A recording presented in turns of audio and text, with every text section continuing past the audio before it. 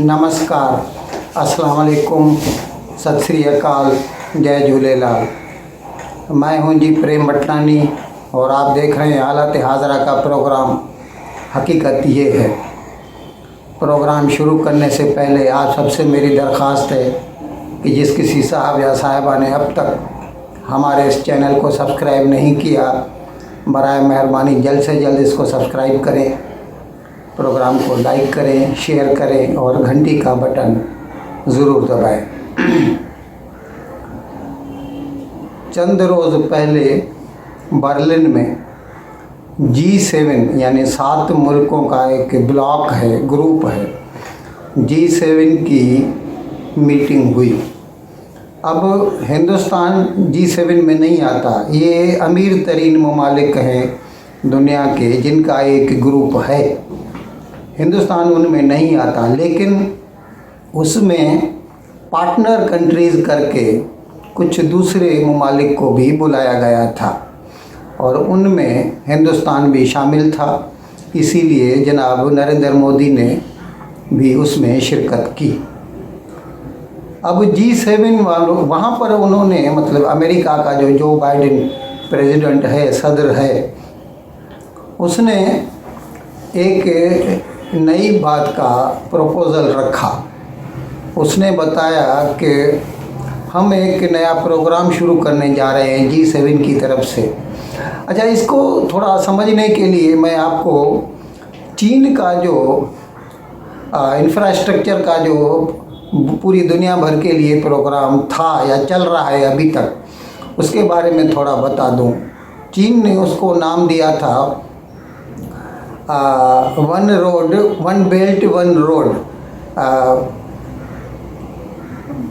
तो उसमें या BRI, ऐसा BRI करके OBOR बोलते थे, BRI बेल्ट रोड इनिशिएटिव ऐसा।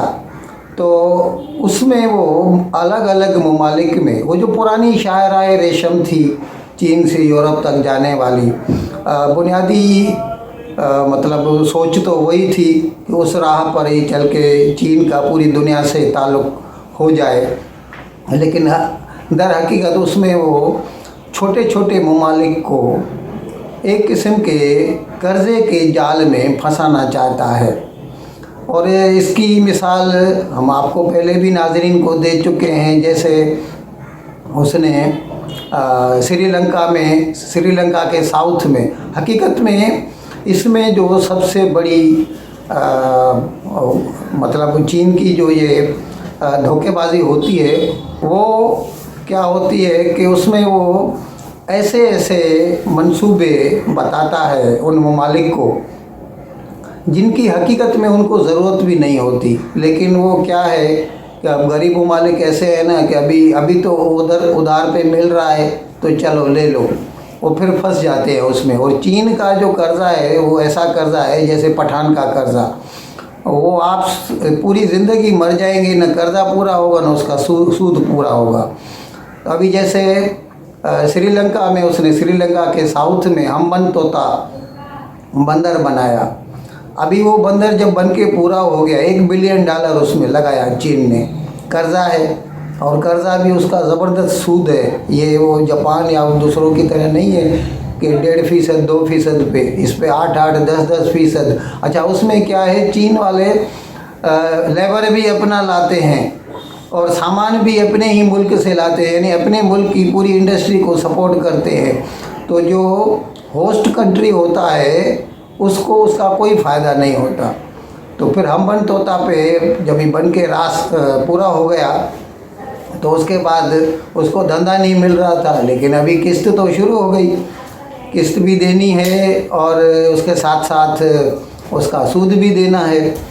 तो जब ये वो नहीं दे सके तो फिर चीन ने उसको बोला भाई मेरे को तो पैसा चाहिए, तो फिर 99 ईयर्स के लीज़ पर श्रीलंका को लिख के देना पड़ा।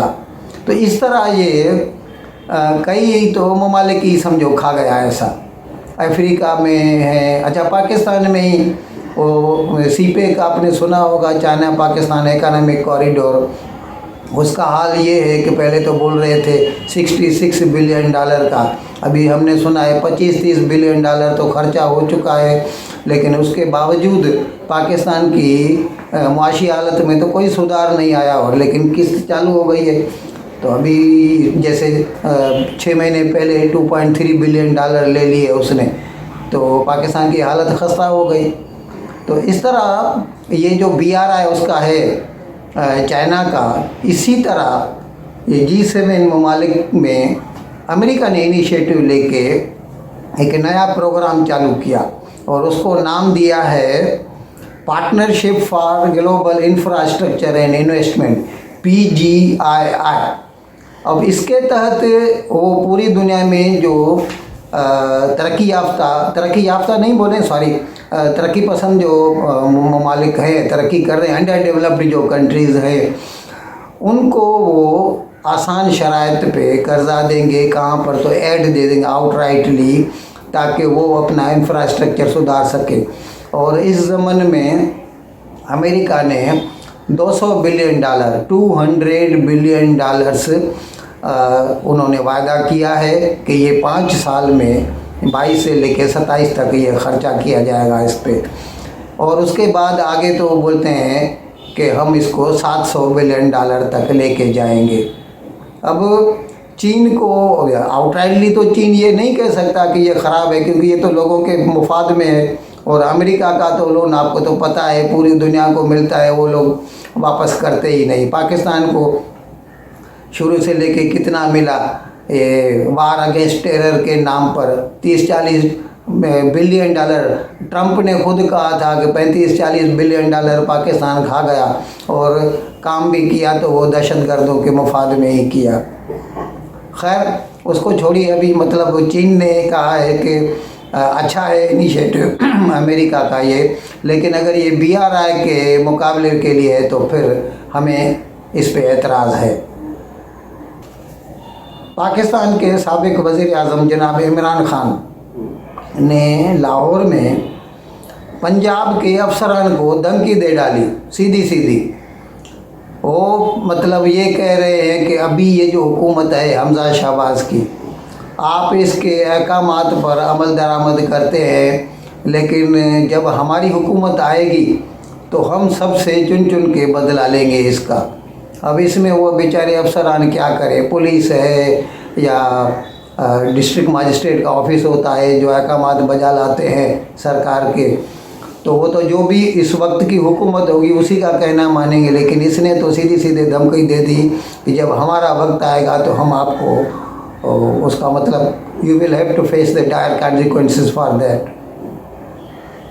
हमने अपने नाज़रीन को बताया था तकरीबन 8-10 रोज़ पहले कि खैबर पख्तूनख्वा से ताल्लुक़ रखने वाले 58,000 उस्ताद टीचर्स जो एडहॉक बेसिस पे गुज़िश्ता 5 सालों में जिनको अपॉइंट किया गया था, उनको अभी तक परमानेंट नहीं किया गया, मुस्तकिल नहीं किया गया। तो उन्होंने वो मार्च किया इस्लामाबाद तक और बनी गाला में इमरान खान के बंगले के बाहर धरना लगा के बैठ गए। अभी सुनने में आया है कि खैबर पख्तूनख्वा की हुकूमत ने उनका ये मुतालबा मंजूर किया है और सबको परमानेंट किया जाएगा। इसलिए उन्होंने एक कानून पास किया है, KP teachers appointment and regularisation of services 2022 act. IMF को पाकिस्तान, खैर वैसे तो वो इमरान खान की हुकूमत में मतलब गुज़रे साल तकरीबन अगस्त में अप्लाई किया था, जो $6 बिलियन का उनका लोन मंजूर हुआ था। तो 2 अक़सात तो उसी वक्त मिल गई इमरान खान के वक्त में ही, और वो भी इसीलिए क्योंकि उस वक्त उन्होंने मुआहदा किया था कि हर काम जो भी माशी किस्में, even state bank of Pakistan कोई भी पॉलिसी बिना IMF से पूछे नहीं बनाएगी। तो अभी उसकी तीसरी किस्त के लिए कोशिश कर रहे हैं नई हुकूमत, PDM की हुकूमत जो है, लेकिन अभी तक मिला नहीं। इसके लिए उन्होंने पेट्रोल के दाम बढ़ाए, डीज़ल के दाम बढ़ाए, बिजली के दाम बढ़ाए। अभी सुनने में आया है कि हुकूमत के जो ज़राए हैं वो बोलते हैं कि अभी बाकी और 2 काम इनको करने हैं, उसके बाद फिर ये 2 किस्तें रिलीज़ हो जाएंगी।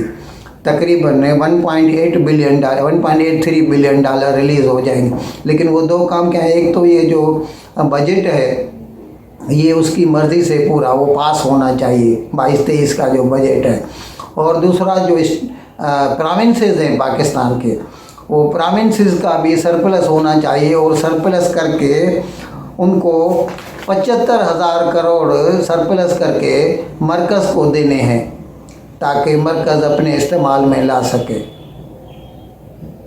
अब ये अगर मुमकिन हुआ पाकिस्तान की तरफ से और अमल में लाए गए ये इक़दाम, तो फिर जल्दी 2 अक़सात रिलीज़ हो सकती हैं, जो मिला के कुछ 1.83 बिलियन डॉलर हो जाएगा। लाहौर हाई कोर्ट में वज़ीर आला पंजाब हमज़ा शहबाज की इंतखाब के ख़िलाफ़ PTI वालों की रिट पे दलाइल जारी हैं 2-4 रोज़ से। कल जस्टिस सदाकत अली ख़ान ने कुछ ऐसा मतलब ओपिनियन दिया अपना कि अगर हो सके तो वो शायद फिर ऐसा चाहें कि जैसे हमज़ा शहबाज का जो अभी ये बोलते हैं कि गलत हुआ था इंतखाब, तो अगर हम उसको कैंसिल करें और नया इंतखाब करवाया जाए। अभी उसमें हमज़ा शहबाज भी हो या भले चौधरी परवेज़ इलाही भी उसमें हिस्सा ले, और आज की तारीख़ में जो भी मुंतखब हो फिर उसे वज़ीर आला बनाया जाए। मतलब ऐसा उन्होंने अपना ओपिनियन दिखाया। अभी तक फ़ैसला नहीं हुआ, फ़ैसला आज आने की तवक्को है, शाम तक जो भी आ जाएगा हम अपने नाज़रीन को उसके बारे में मुतला कर देंगे।